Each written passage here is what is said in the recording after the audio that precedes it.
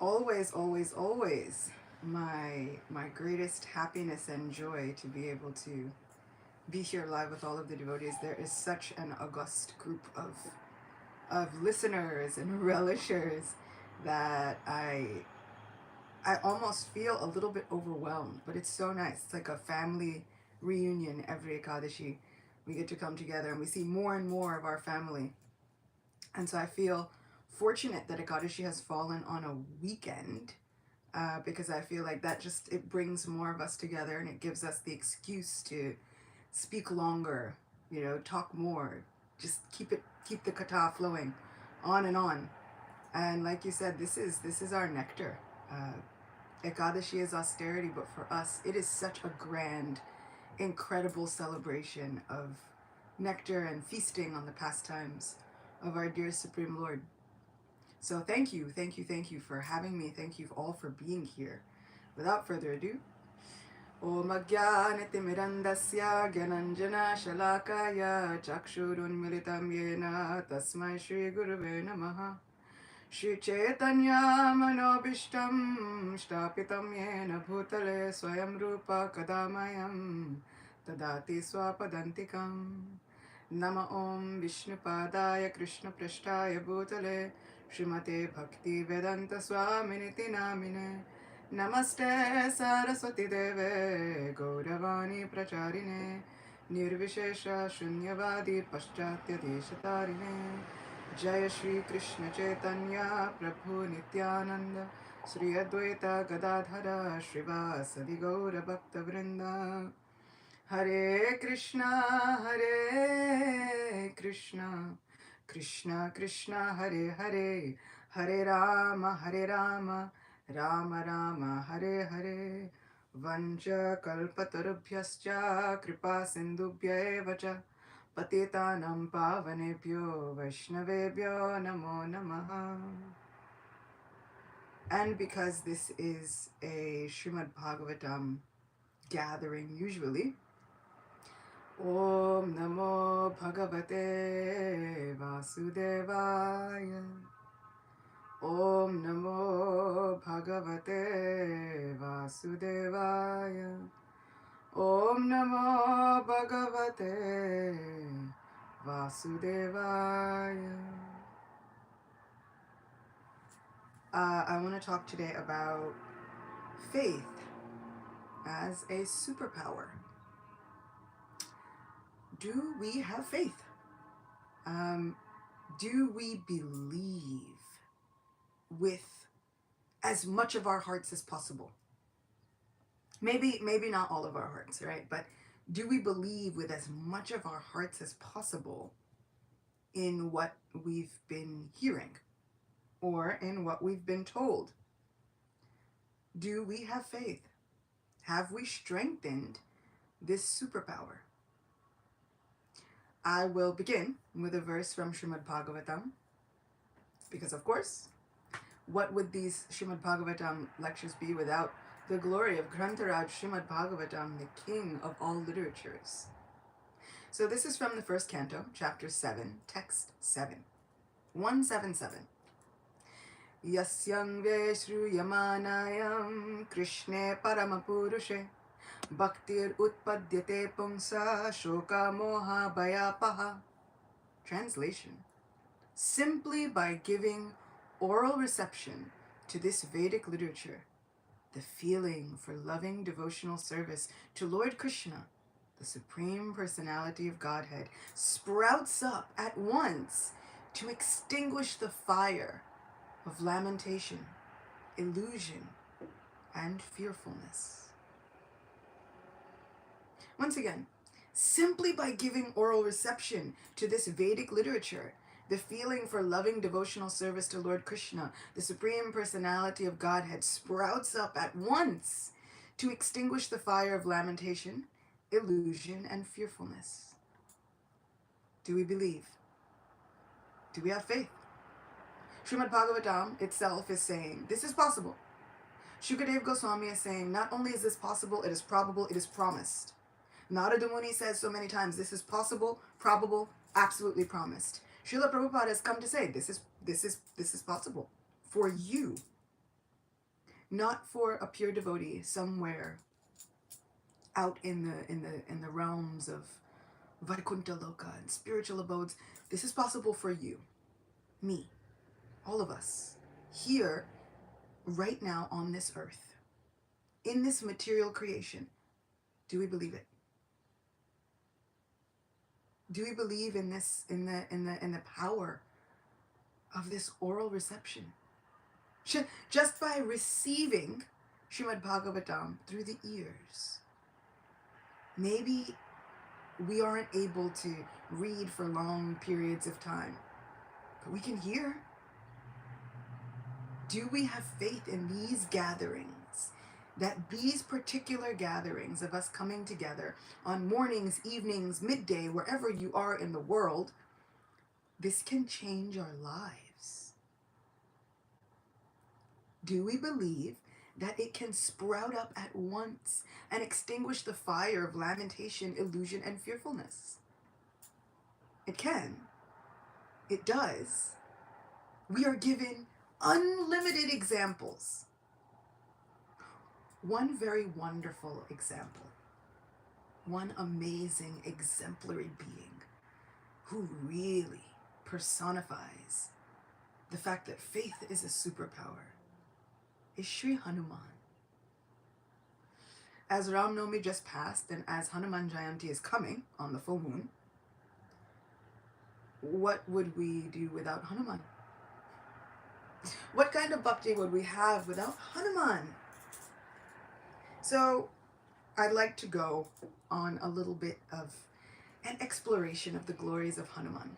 They are a little bit endless, so we might not get through very many of them, because Hanuman's activities and glories are as boundless as his own movements are. He is able to jump through all kinds of pastimes. He is known as a Chiranjeevi, very, very long-lived, pretty much immortal. There are 7 or 8 such long-lived personalities. Vyasadeva is one of them, the great author of the Srimad Bhagavatam. Vibhishan, the brother of Ravan, who we will hear about in a moment. The brother of Ravan, who Sri Ram came to vanquish, was also one of these long-lived beings. Hanuman is a Chiranjeevi, a great long-lived being. One thing that we know about demons, like Ravan, they often want to become immortal, isn't it? They're always performing some sort of austerities to become immortal, to cheat death, to get out of death's clutches and to somehow gain the longest life possible. But many of these Chiranjeevis have gained immortality in a different way.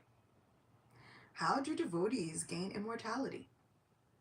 Vibhishan's a devotee. Vyasadeva is a devotee. Hanuman is a great devotee. The 4 Kumaras are long-lived and they're great devotees. How do they obtain immortality? Is it because of the strength of their tapasya? Is it because of some hidden benedictions that they received that we may not know about? What is the deal? How is it that these devotees were able to gain such long lives and the demons are clamoring after this immortality but they can't get it? Sri Chaitanya Mahaprabhu and Sri Chaitanya Charitamrita speaks about a kind of immortality that is possible for us. All of us. Ready? Sri Chaitanya Charitamrita speaks about the glorious service of Madhavendra Puri. And in speaking about the glorious service of Madhavendra Puri, they speak about how he was always absorbed and steeped in his devotional service, even within his mind. Sometimes that was the only way he was serving, just deeply within his mind. And guess what? That was enough for Krishna. That was enough for Krishna to bless Madhavendra Puri personally. That was enough for Krishna to appear to Madhavendra Puri personally. Service within the mind counts. Why? Because faith is a superpower. This faith that we have in Krishna consciousness, in Bhakti Yoga, begins to make all of our activities glorious. It begins to move the many, many mountains of obstacles that maybe we'll talk about later if we're able to get to it. But Sri Chaitanya Charitamrita speaks gloriously that when Madhavendra Puri was overwhelmed in the ecstasy of love of Godhead, he sometimes stood up and sometimes fell to the ground. Sometimes he laughed and danced and sang. And he somehow did not care about what others would think about him. He got so wrapped up in thinking about Krishna that he kind of lost all care for what others would think. This is going to be important in just a moment. And so he was no longer thinking about, oh, what are they going to think if they see me dancing and singing? What are they going to think if they see me chanting? I can't chant while walking in the street because other people will think I'm a little bit weird or a little bit off or a little bit crazy. I kind of love living in New York because New York is one of those places where anything goes. Right? There are so many, you see videos and all kinds of people and they're posting all kinds of memes. It's like just New York, New Yorking. And the amount of weird things that happen in New York is astounding. You can see all kinds of stuff. There's an owl that has escaped from the Central Park Zoo, and now it is just living its best life, roaming around Central Park and taking up rats as prey. There was one time they said that there was somehow a surplus of raccoons in Central Park, and I was thinking, there's also a snow leopard in Central Park. It seems like they would balance each other out eventually if we were smart. But so, all of this, right? Concrete jungle, the amount of weird things that happen in New York gives me hope. Because I can chant on a subway. I can chant walking down the street. And if people think that I'm talking to myself, that seems par for the course for New York. Everybody's going through something here in New York, and everybody's doing a variety of random, wonderfully weird things, sometimes strange things. You get people singing on subways and all kinds of things. So Madhavendra Puri didn't care. I think this is the great blessing of being in New York. New York teaches you to not care so much about what you wear, about what you look like, about how others are perceiving you. Because here everybody's doing something. So Madhavendra Puri started to not care.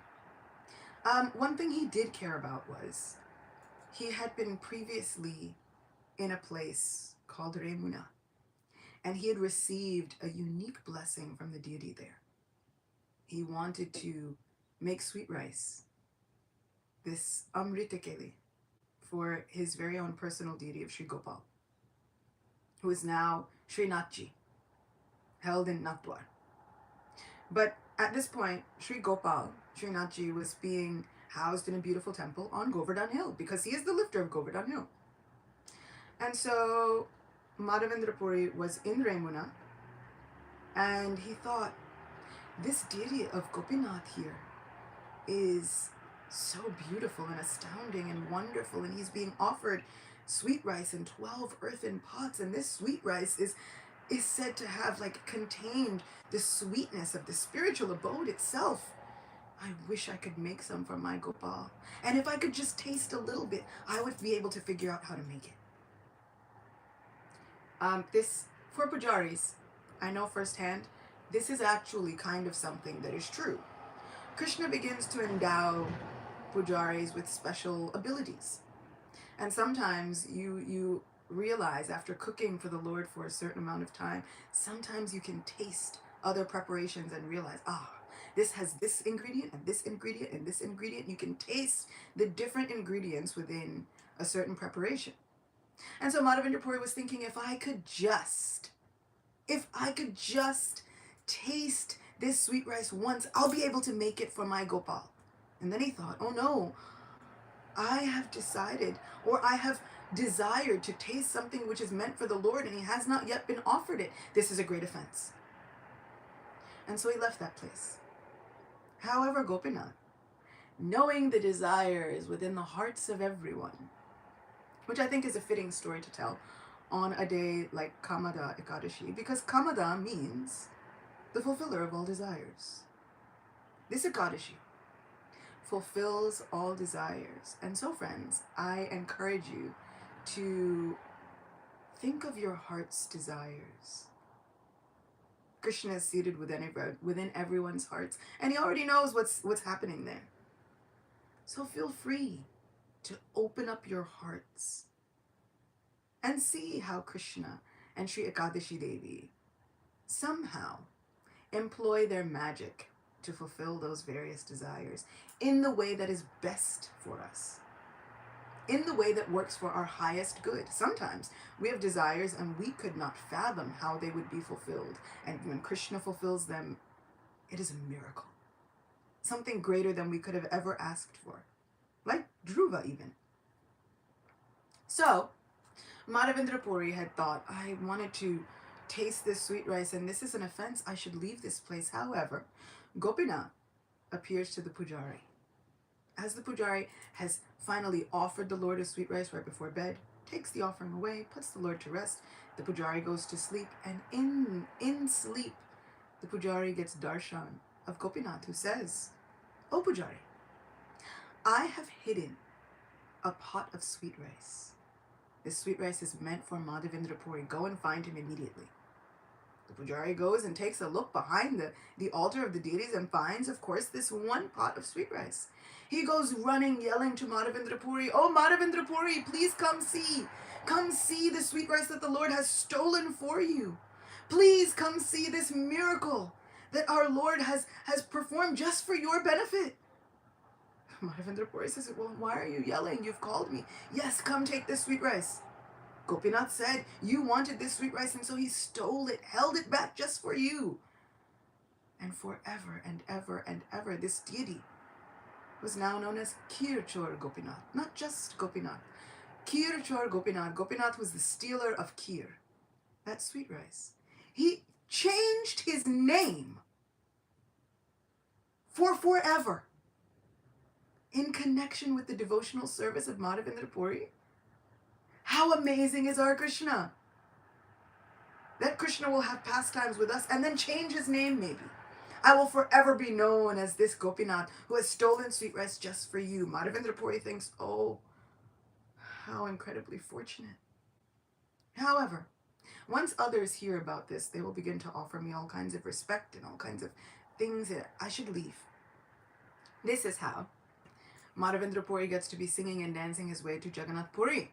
However, Chaitanya Charitamrita says, when Madhavendra Puri came to Jagannath Puri, people were aware of his transcendental reputation. Therefore, crowds of people came and offered him all sorts of respect and devotion. Even though one may not like it, reputation as ordained by Providence comes to him. Indeed, one's transcendental reputation is known throughout the entire world. Being afraid of his reputation or pratishta. Now, pratishta is the pride in the reputation. This prideful reputation, this pratishta. Srila Bhaktisiddhanta Saraswati Thakur uses a very, very graphic example that my own Gurudev likes to recite and repeat. Srila Bhaktisiddhanta Saraswati Thakur says that this pratishta, this pride in the reputation, so not just the reputation, but now once we start really taking pride in the reputation of them, you're right. You are right about all the things that you've said about me. Look at what amazing things I've done. However, we know Madhavendra Puri was not thinking like this, but we might have the tendency to think like this.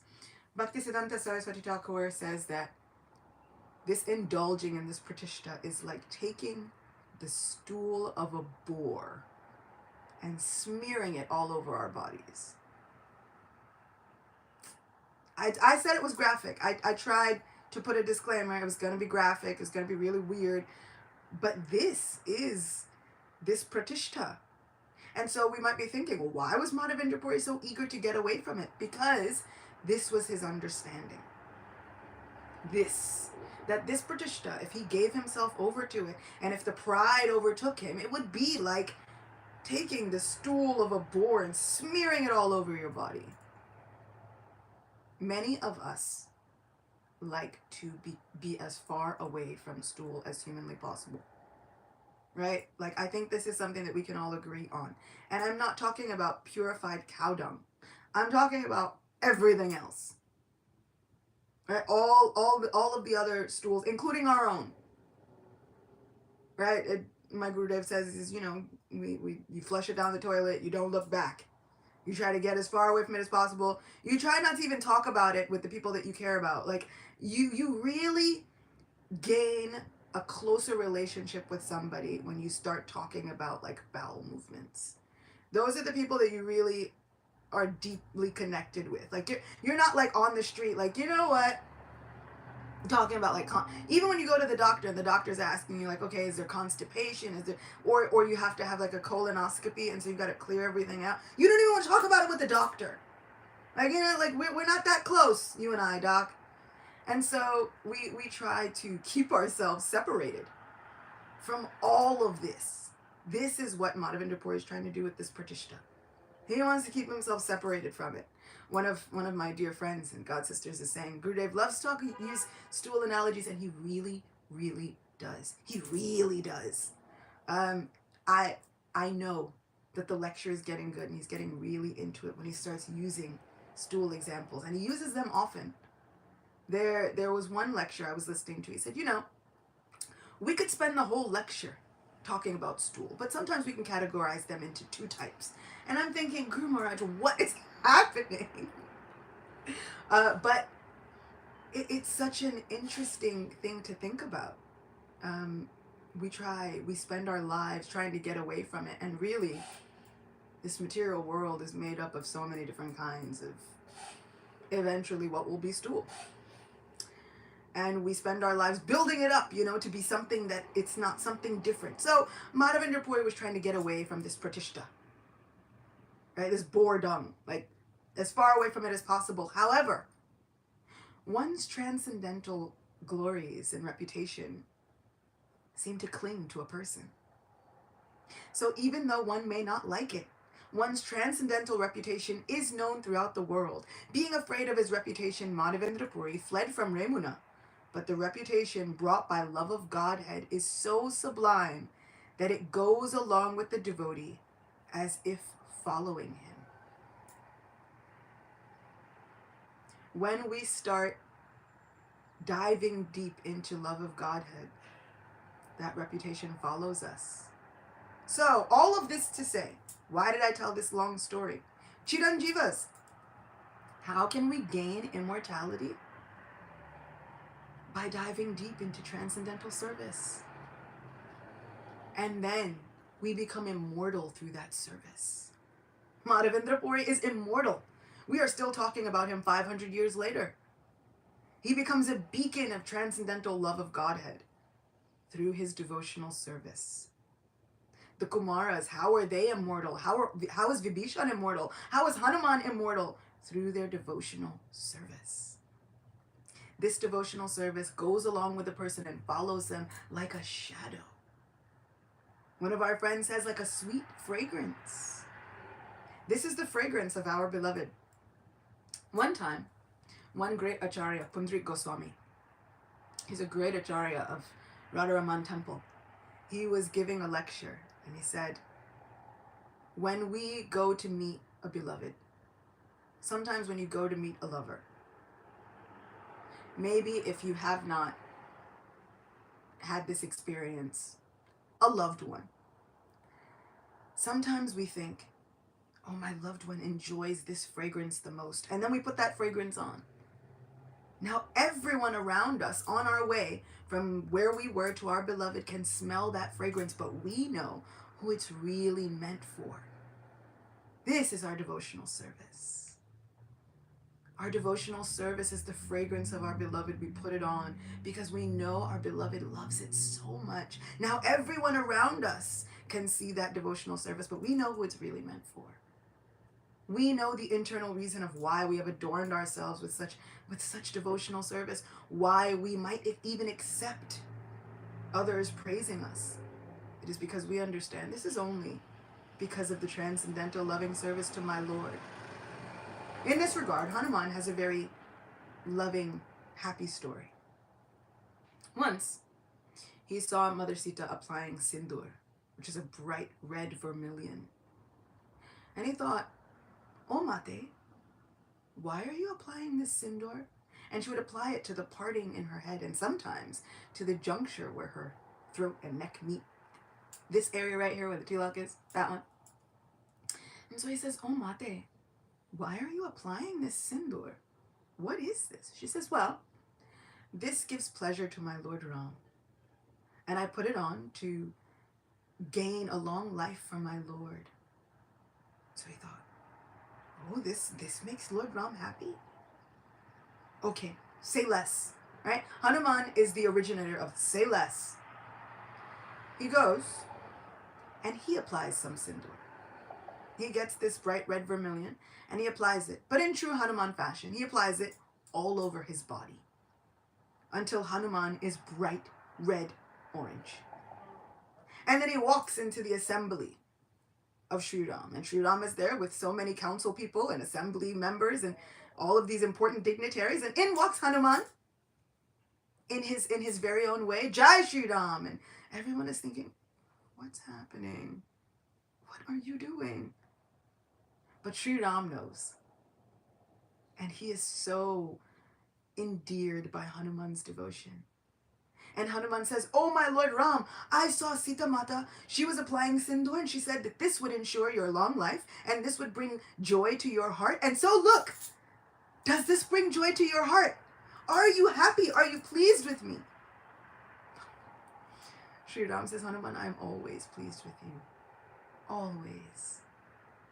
How could I be anything but pleased with you?" This is Hanuman. Madhavendra Puri did not care about what others thought of him. And sometimes we need to have this quality when performing our devotional service, because sometimes devotional service can seem a little bit weird. Sometimes it can seem a little obsessive. We might even have family members who are saying, "Why are you so into this spiritual life? You have to do so many other things. You've got obligations and regulations and all these things. And you can't be so spiritual right now." And sometimes we think, but all I want to do is be spiritual.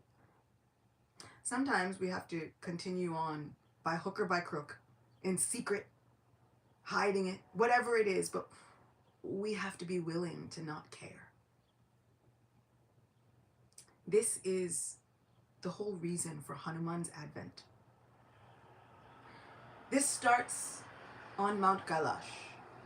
There was a ruckus. Such a kirtan was being performed on Mount Kailash. A kirtan like no one had ever seen. Lord Shiva, Mahadev, was dancing, singing, playing his damru drum. And he was chanting, "Ram, Ram, Ram, Ram, Ram, Ram, Ram." Finally, Bhavani and all of the attendants came. "What's happening? Oh, Mahesh, what is this? What are you singing?" Mahesh looked around.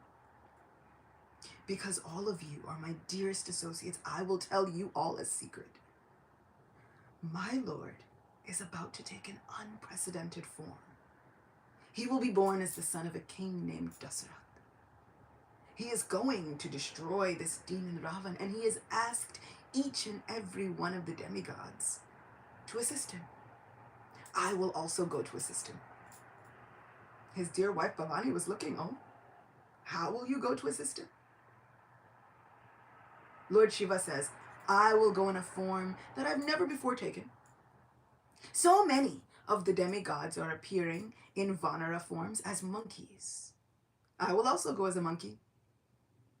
Bhavani is thinking, but monkeys are a little strange. Sometimes they're not even considered cute. Like, they can look weird, and so Lord Shiva says, "But this is exactly why I will go as a monkey. An incredibly powerful monkey. Because I want to be able to do anything and everything for the service of my Ram, and I don't want to care about what anyone else thinks." Monkeys don't care. They really don't care. If you have ever been to Vrindavan, you will understand how much they do not care about what you have going on. They want what they want, and they'll do whatever they do to get it. They will find it out. They are like thieves and like gangs, and they run this place. They will do whatever it is to get what they want. What does Lord Shiva want? Devotional service. What does Lord Shiva want? To make his Lord happy. And so he says, I will take the form of a monkey. I will do whatever it takes to bring glory to my Lord Ram. I will do whatever it takes to be the best servant of Sri Ram. Bhavani says, can I come with you? And Lord Shiva says, no, I don't think that this is a good idea for you to come with me, because I'm going to be doing a lot of strange things. It's going to be very weird and unprecedented. And this Ravana has a reputation for stealing people's wives. I don't want to put you in this kind of predicament. Ravana had previously been stealing so many people's wives. It was said that he invited all of the devas to a fire yajna that he was performing, because Ravana was also actually an incredible Brahmin. One of the foremost, one of the most intelligent Brahmins there was. He was the son of the sage Vrishravas, who was also the father of Kuvera, the god of wealth. And so they said that there was no one who was able to pronounce Vedic scriptures like Ravana at the time. He was perfect in his pronunciation, perfect in his performance of yajnas. And so he performed a big yajna. The devas told Agni, you shouldn't go. Agni said, but I have to go. I am the Lord of Fire. How can there be a yajna without me accepting all of these things? Lord Brahma, so many of the devas said, okay, well, if you must go, don't take your wife. Agni Dev said, why? He said, because Ravana is very prone to stealing other people's wives. And when he doesn't steal them, so many others run off to run away and be with him as his concubines. He was so handsome that celestial women were running off just to be his mistresses. Don't take your wife. Agni Dev says, well, what am I without my wife, Swaha? And now we know, whenever we are in a fire yajna, when we are calling upon Swaha, why? Because it is the wife of Agni. So, what is a fire yajna without the potency of the husband? Is the wife. He said, don't take your wife, we're telling you. He said, I have to. He takes his wife. Agni arrives, Swaha arrives, the yajna is going on. Ravana looks at Swaha, takes a liking to her, and kidnaps Swaha. Agni Dev is very upset. He kidnapped my wife. The Deva said, we told you. He's doing what he does. He has a problem. We told you, don't go. And if you do go, don't bring your wife. You brought your wife. She got kidnapped. What can we do? And so Lord Shiva says, I don't want to put you in this predicament. Better you stay here. Bhavani says, but I don't want to tolerate separation from you. So I've come up with a solution. If you are going to go and you are going to take the form of a monkey, the wife is the ornament of the husband. And so I will be your ornament. And the ornament on a monkey is their very beautiful tails. I will come as your tail. What do you think? Shiva says, Bhavani, this is a wonderful proposition. I agree. Let's go.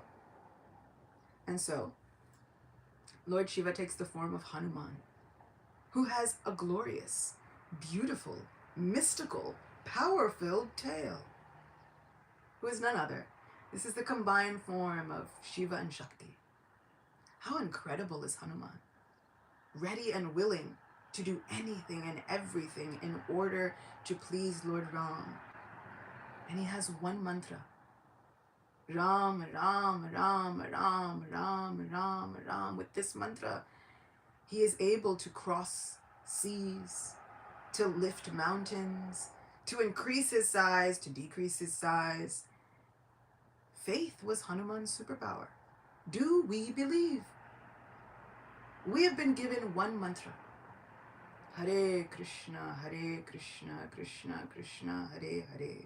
Hare Rama, Rama Rama, Hare Hare. Do we dare to believe that this one mantra can help us do anything in the service of our Lord? Do we have faith that it can give us superpowers? I've been recently chanting with the hope of increasing that faith. I know I don't have it. because I'm constantly looking for some other mantra to relieve me of something, right? I am saying Nishringa Kavachas and Narayan Kavachas and so many Kavachas and this Kavacha, that Kavacha, so many different prayers. And prayer is a superpower. I've been given an empowered mantra from Sri Chaitanya Mahaprabhu himself, passed down. Gaur Govinda Maharaj says that this Maha Mantra is Radharani's own tantra, her own method of worship. This very Maha Mantra. We are looking for the crest jewel of all kinds of things. We are looking for magic in this wretched, magic, barren, bereft place. Right? This is why we love fantasy. This is why we like Lord of the Rings and all of these things, Harry Potter and all of these things, because there's the promise of magic. And we have magic in the holy name. There are so many people who have been able to perform all kinds of miracles just on the strength of the holy name. Chaitanya Charitamrita is filled with stories of magic that is being performed just on the strength of the holy name. And I am thinking it is just another mantra. I am thinking I need something more. So I've been recently trying to chant with the realization that this Maha Mantra can fulfill all desires. Do we have faith in it? Can I develop that faith like Hanuman? Can I look into the glorious life of Hanuman and watch how he just chanted the name of Ram, Ram, Ram, and lifted a mountain? Not once, but many times. Maybe I'll end with this one about faith moving mountains. As Sri Ram wanted to cross the sea into Sri Lanka in order to save Sita Devi, they had to build a bridge. Once again, with faith in the name of Sri Ram, they wrote the name of Ram upon stones, and those stones floated miraculously.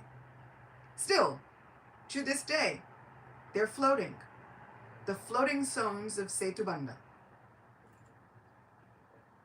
In South India. I mean, it's there. It's there. All of the evidence is still there. Still floating. And as all of the Vanara soldiers and all of these monkey warriors were gathering stones, many of these stones, because there was a large portion of the ocean that they had to cross, many of these stones were big boulders. Hanuman was picking up mountain peaks left and right.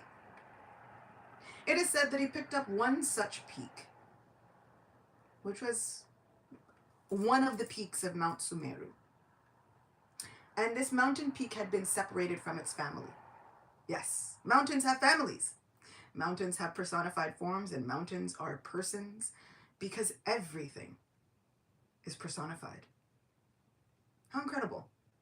So this mountain peak had been separated from its family. And it was residing in a very different place. Hanuman picked it up and was carrying it. And then all of a sudden, he got a message. Oh, Hanuman! Oh, son of the wind god! Oh, Pavanaputra! We've built enough bridge. We don't need any more mountains. Hanuman thought, oh, we don't need this mountain. My job is done. Okay. And he went to go put the mountain back down. But the mountain began to cry. Hanuman thought, oh, friend, why are you crying? What's happening? And the mountain said, I've been separated from my family. And now you will put me down in a different place. And I was going to be served. I was going to give some service to Sri Ram, and now I can't give anything. I won't have the opportunity to serve. All I wanted, that would have been the perfection of my life. I would have been able to tolerate being separated by my family if I could give some service to the Lord, but now I won't get either. Now what do I do? Oh, Hanuman, you are supposed to be a friend of those who want to serve Lord Ram. Help me. Hanuman thought, this is a very grave problem. How could I have done this to this poor mountain friend? Let me meditate on my Lord Ram and see what happens. So Hanuman, still holding the mountain, meditates on Lord Ram. He appears before Lord Ram with the mountain in tow. He says, "Oh Ram," he explains the whole situation. "What can I do? Please, my lord. You are an abode of compassion." They say, Hanuman says, Lord Ram is so kind and his face is so glorious because his heart is overflowing with compassion. Ram means that you are a reservoir of all pleasure. Please help my mountain friend. He's been separated from his family and all he wants to do is give some service to you. And now the bridge has already been built and I have to put him back and I don't know what to do. He's crying tears because he just wants to serve. Ram says, I have a very, very easy solution. I cannot bless you now, but I give you a benediction that in the very next yuga, I will come back and I will fulfill all of your desires. See? See this Ekadashi, right? Kamada Ekadashi, right? Okay. Hanuman says, Jai Shri Ram. The mountain is very happy. Jai Shri Ram. I accept your benediction. They tell Hanuman where to place this mountain. Hanuman goes to a very, very special place and puts the mountain back down. This mountain becomes known as Kamagiri. Kamagiri means the mountain who can fulfill all desires. This mountain is also known by another name, Govardhan Hill. This Govardhan Hill is the king of mountains, who is fulfilling all the desires of all of the cows and all of the residents of Vrindavan and Krishna himself. And so, on the strength of Sri Ram's benediction, this mountain, who could not give service, gives service to Sri Krishna in a million different ways. This mountain has many, many caves that Lord Krishna and all of his friends play in. It has streams of water that the Lord drinks from. The Lord walks all over this mountain all day. And just as that mountain could not perform service, it now performs service to Sri Krishna. 7 days, 7 nights, Sri Krishna holds that mountain with the pinky of his left hand, personally contacting this mountain for so long. This is Govardhan. So, do we believe in this Ekadashi that can fulfill all desires? Do we have faith in the holy name which can fulfill all desires? Do we have faith in Govardhan, which can fulfill all desires? Shri Krishna is seated there within everyone's hearts, and even if we think our desires are not worthy of being spiritualized, ask anyway, because Krishna can make all things possible. He can make all the roads meet. Sometimes it takes a while. This mountain had to wait a whole yuga. Jai. I feel as though when we have this eagerness to serve and this eagerness to have faith, even if we don't have it, just the desire to have faith is enough. We get personal darshan of Shri Krishna, as is evidenced by this blowing of the conch shells. How incredible is our Krishna? How wonderful are the devotees of Shri Krishna like Hanuman, who have come just to show us, just have faith. Just continue having faith in the holy name. It will give you everything. It will give us all the magic that we are hoping for, and the association of great devotees, and the association of the Lord himself. Shri Shri Radha Murlidhara ki jai. Shri Gaura Chandra ki jai. Srila Prabhupada ki jai. All glories to our Lord who appears every day just to fulfill all our desires in a million different varieties. Shri Krishna is the best at, he is Akila Rasamrita Murti. He's the best at reciprocating. He was able to reciprocate with Hanuman, with Sugriva, with all of the monkey soldiers. He was able to give all protection to to Hanuman. And Hanuman understood, this protection is coming from Sri Ram. On my own, I can't do anything. And that was his thought. On my own, I can't do anything. But by the grace of his guru Jambavan, and on the strength of the name of Sri Ram, he can do anything. On the strength of the blessings of our gurus, And with the strength of the holy name, we can do anything and thus become immortal. Our devotional service will follow us around like a shadow, like a fragrance. It will not leave us, even lifetime after lifetime. Hanuman goes through so many different pastimes. He came in contact with Govardhan. Our amazing services will follow us even throughout lifetimes. And Krishna will remember them. Krishna will remember, that is my person. And they've performed so many different services for me, and that is all I see. Krishna is not looking at all of the horrible things that we might have done. We are. And we seem to remember those. We cling to the memory of, I don't know what horrible things I must have done, but I must have been horrible. And how can I surrender to Krishna because I'm so horrible?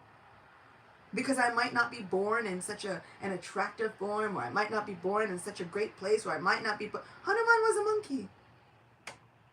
So many people throughout so many pastimes, you insignificant monkey, they would call him. Ravana would call, you insignificant wretch. You funny looking, weird looking monkey. Like, they hurled all kinds of insults at Hanuman. Hanuman didn't care. And all throughout the millenniums, Hanuman is so beautiful. He is glorious. Hanuman Chalisa describes that he has divine shining earrings. They are divine. He has beautiful curling dark hair. Hanuman is made attractive because of his devotional service. We adore Hanuman. Just looking at him makes you happy, doesn't it? Just looking at Hanuman, just thinking about Hanuman makes us think of Ram, Ram, Ram, Ram, Ram, Ram, Ram. He has such an amazingly strong body, but just thinking about Hanuman makes us chant the name of Ram. What greater fortune could there be? This is Hanuman. His devotional service inspires us to believe in the power of devotional service. Faith is our superpower.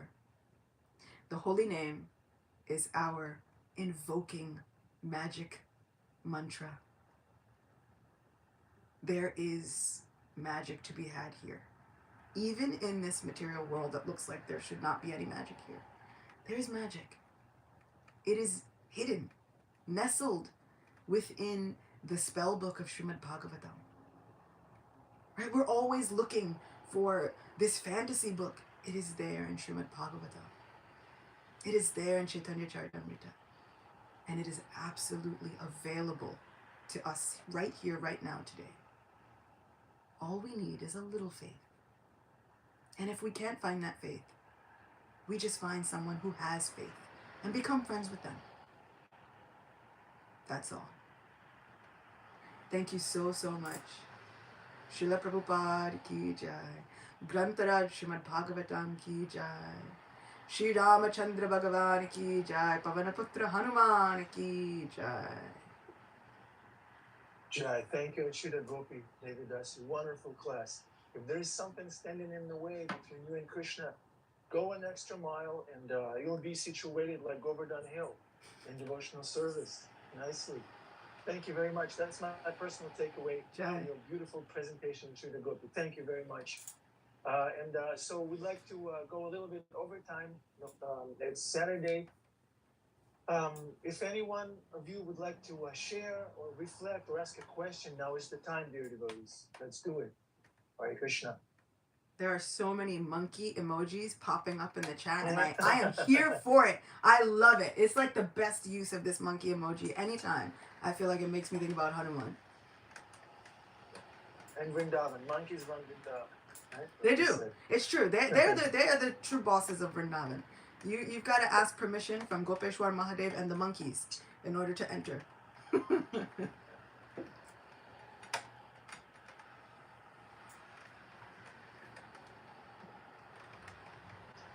Jai, Bhima Prabhu, please, please. Yeah, Bhima. Can you hear me? Yes. I had a Hanuman deity when I first joined the movement back in the 80s. Can I be heard okay? You're good. Yep. Okay, because it's storming where I am.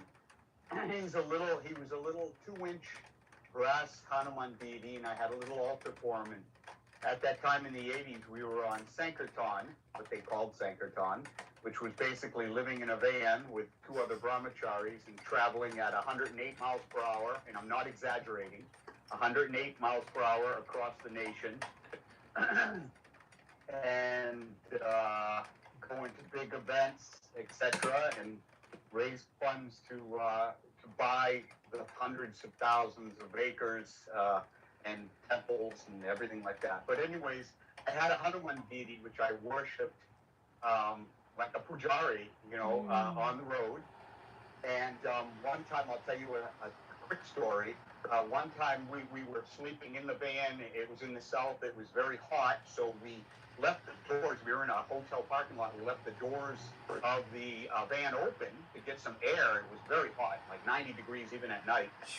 And in the night, we all woke up, 3 brahmacharis in the van, because there was smoke in the van, and we woke up and we, like, just, like tried to find the source of the fire and everything, and we looked over, and it was Hanuman's curtain on his altar was on fire, and it was because a thief was looking in the van in the night using a lighter to reach into the van to see, and he had actually grabbed the money out of 2 of our jeans that we had draped over one of the seats, and when he was using the lighter to look around the van, he had lit the curtain on fire of the Hanuman deity thing. So we were woken up by Hanuman, and we managed to grab the jeans out of the thief's hands, and he ran off into the Florida night.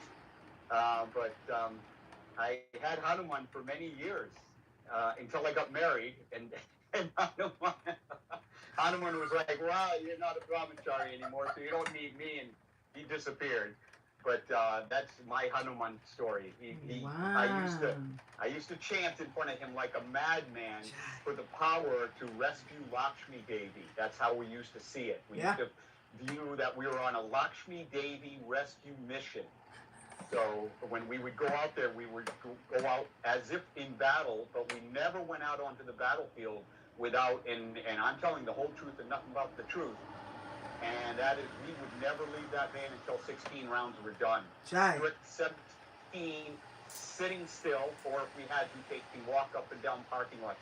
16 rounds, and the amount of mystic power, the amount of power that we got to complete our service was, even looking back on it, any Sankirtan devotee can tell you, was incredible. You can't even imagine what the magic is when you really settle into the Maha Mantra and realize that Krishna is the magic behind all your endeavors, especially in devotional service. So Jai Hanuman, thank you, Achyuta Gopi. Wonderful storytelling, as always. And Hare Krishna. Thank you so much. What a beautiful pastime. Thank you, Jai Hanuman. And Bhima Prabhu, may your devotional service be as immortal as Hanuman's himself. Jai, please. That is my prayer today. I pray that Ekadashi Devi blesses with this benedict. If I have any prayers and good wishes, may your devotional service become immortal along with you. Jai.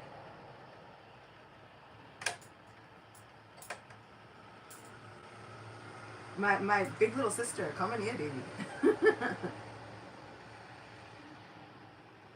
Haribo, my little big sister. I miss you so much. You're so wonderful. Thank you so much. I wrote my question down. I'm just so inspired by your encouragement of not caring what others think, and I love your New York City analogy because it's so true. Everyone is a little strange there, so even the Hare Krishnas don't stand out. I miss that about New York City.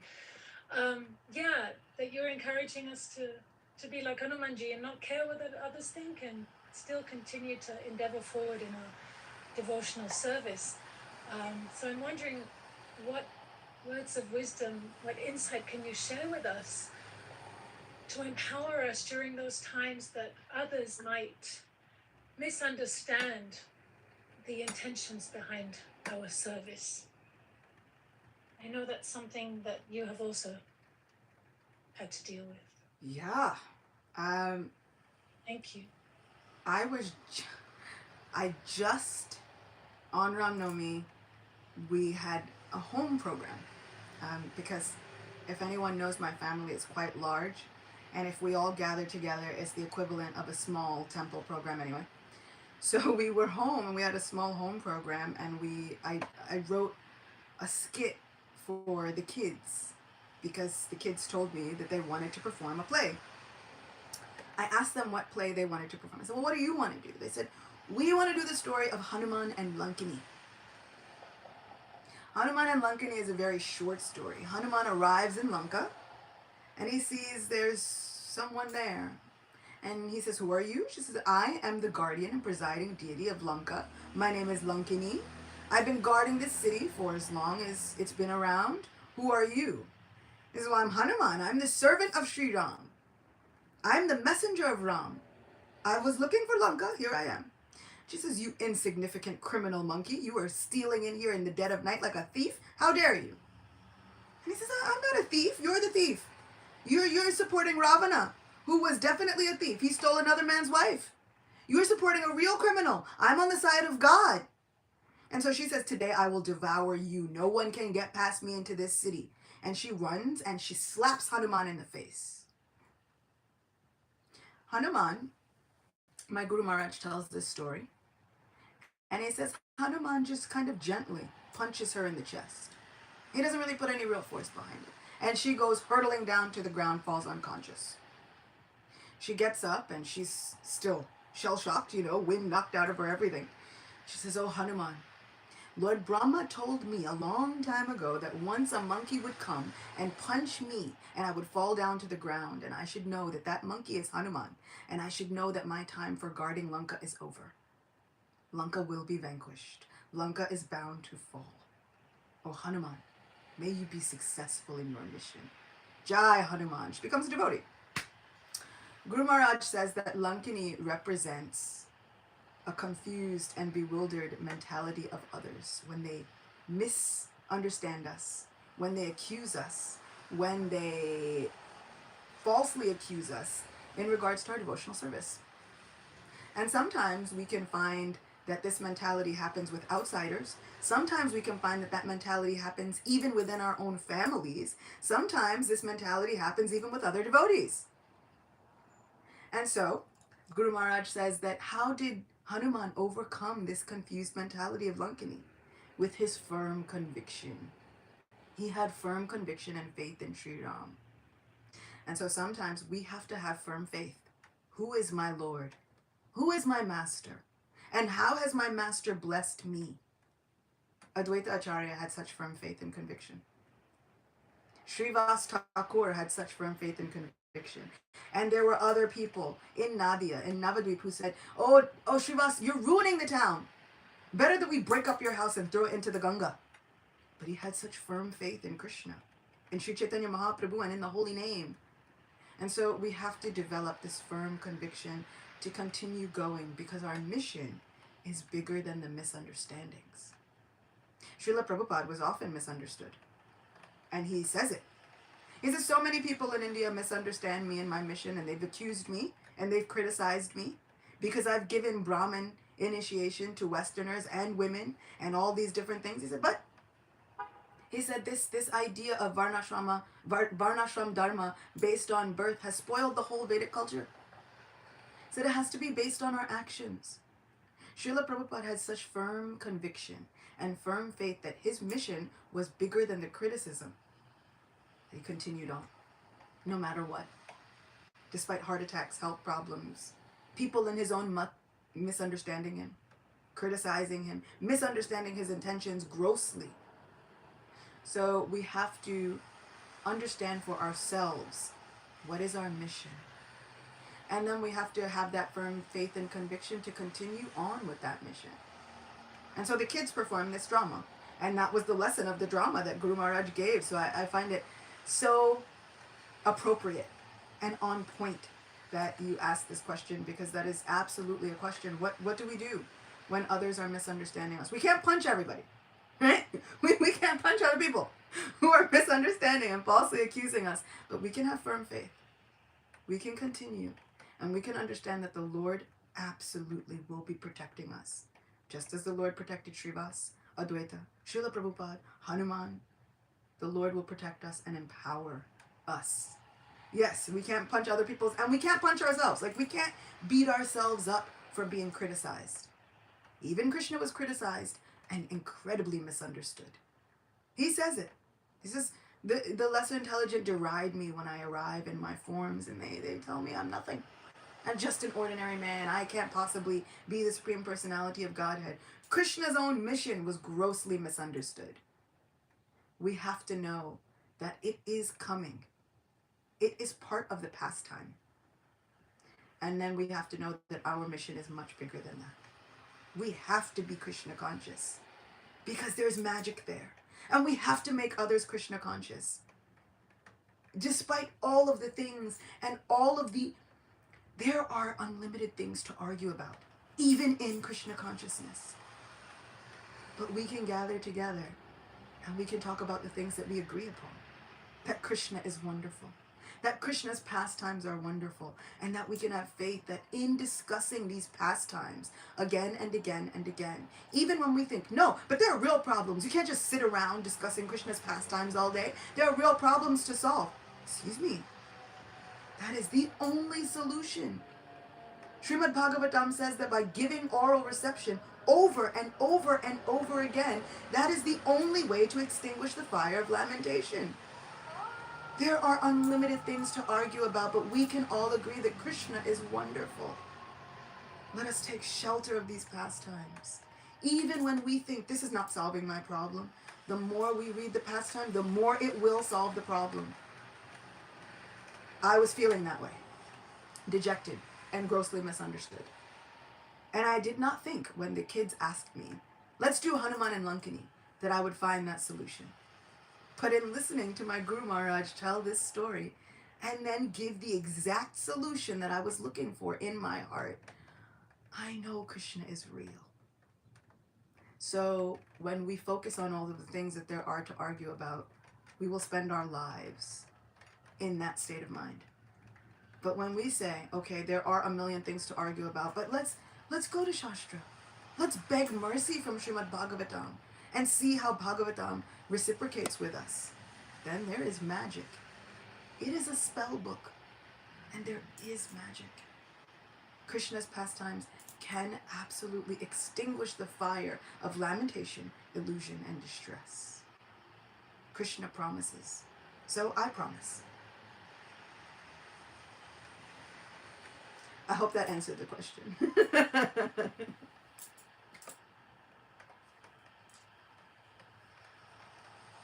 Thank you, Kamaniya, for the wonderful question, and Achita Gopi for the wonderful answer. Bhakta Kubi, you were leaning towards the green. Were you intending to glorify Krishna? Or just oral reception today? Either way is fine. I was just orally receiving, but now you said my name, so I have to say something. Hanuman's here! Jamuna Jaya!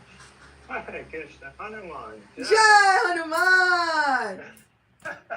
Wow, Will like his gear. I was, I have to admit, in the course of this lecture, I always think, whenever we talk about Lord Ram, if we talk about it with enough faith, Hanuman says he will appear. And I was thinking, I was like, Hanumanji, I've been talking about Lord Ram, I've been talking about you, I've been praying, just appear. But I feel as though maybe you didn't appear. And so, Jamuna Jaya turned on her camera just to show me that Hanuman says, no. Don't be so silly. Of course he appears. And, I don't know how I can think that because I have my own Hanuman that kind of he chills out. He was here. He was here anyway. Because I couldn't give this lecture without having Hanuman present.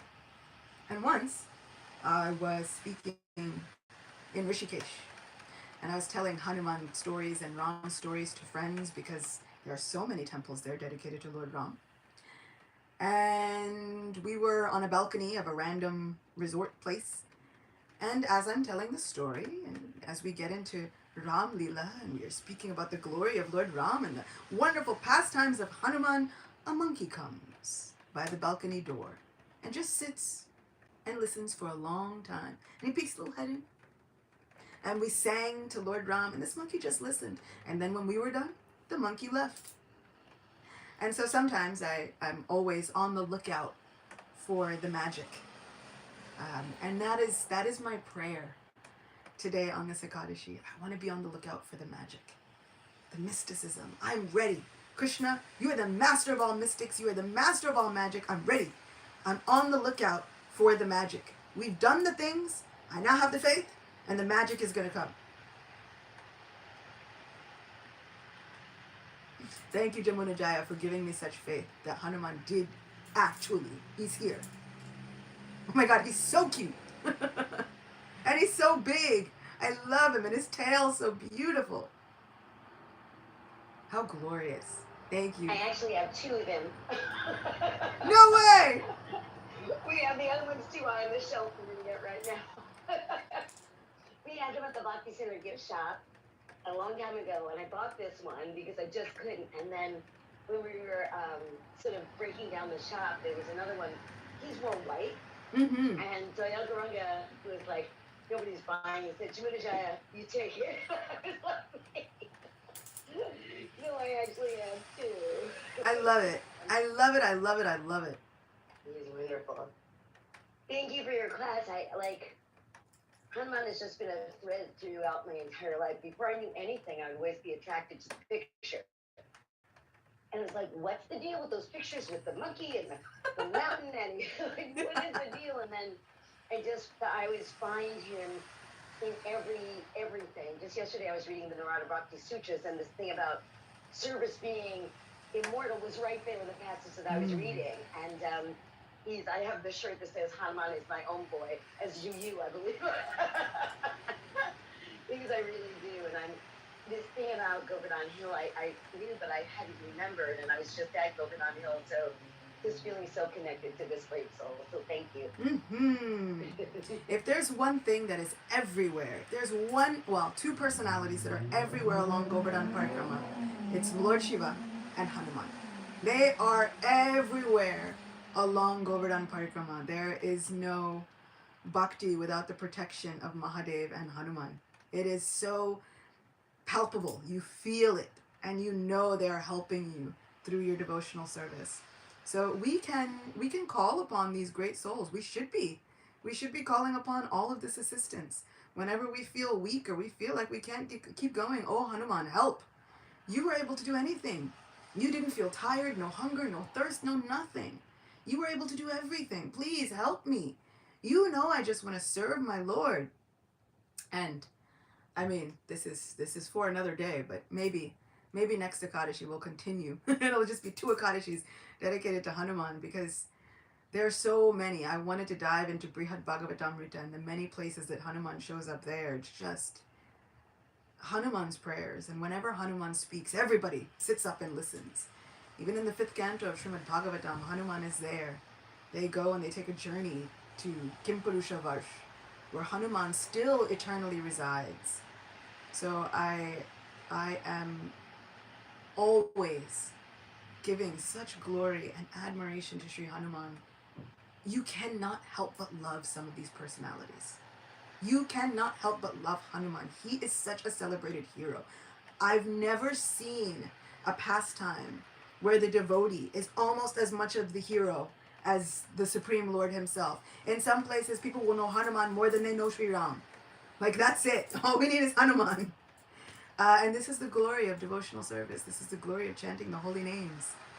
As Bhima Prabhu was saying, when we really drop in, there is such power and potency. Srila Prabhupada promised, you just chant your 16 rounds, you will be firmly protected.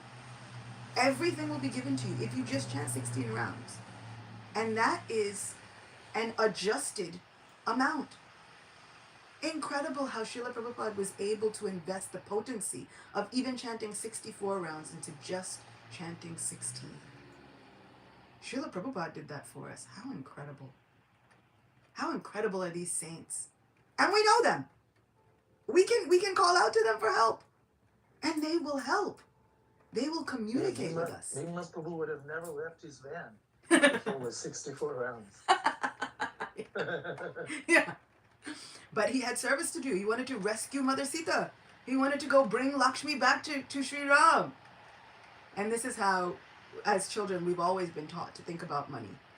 And Nandi was a great, like, Hanuman Bhakta. All the kids are Hanuman Bhaktas when they're little. And I feel like they should always continue to be. Because Hanuman is so kind and so generous, so sarcastic, so mischievous, but so kind and so generous and willing to relate to all of us. All of us who feel like we don't quite fit in, like we might be a little bit weird or outsider-y. Hanuman is our friend. Krishna knows.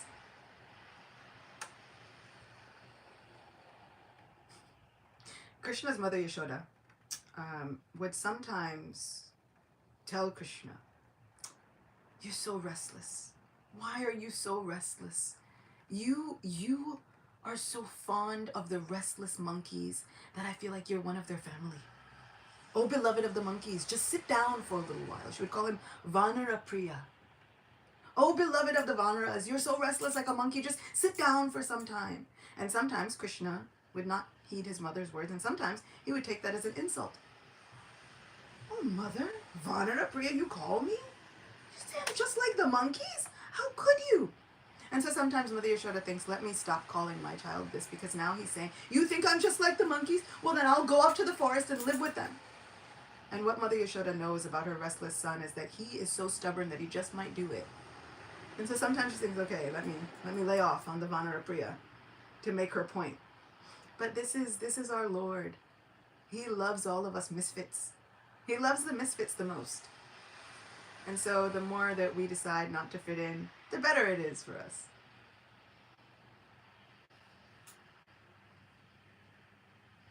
Jai, Jai, Jai.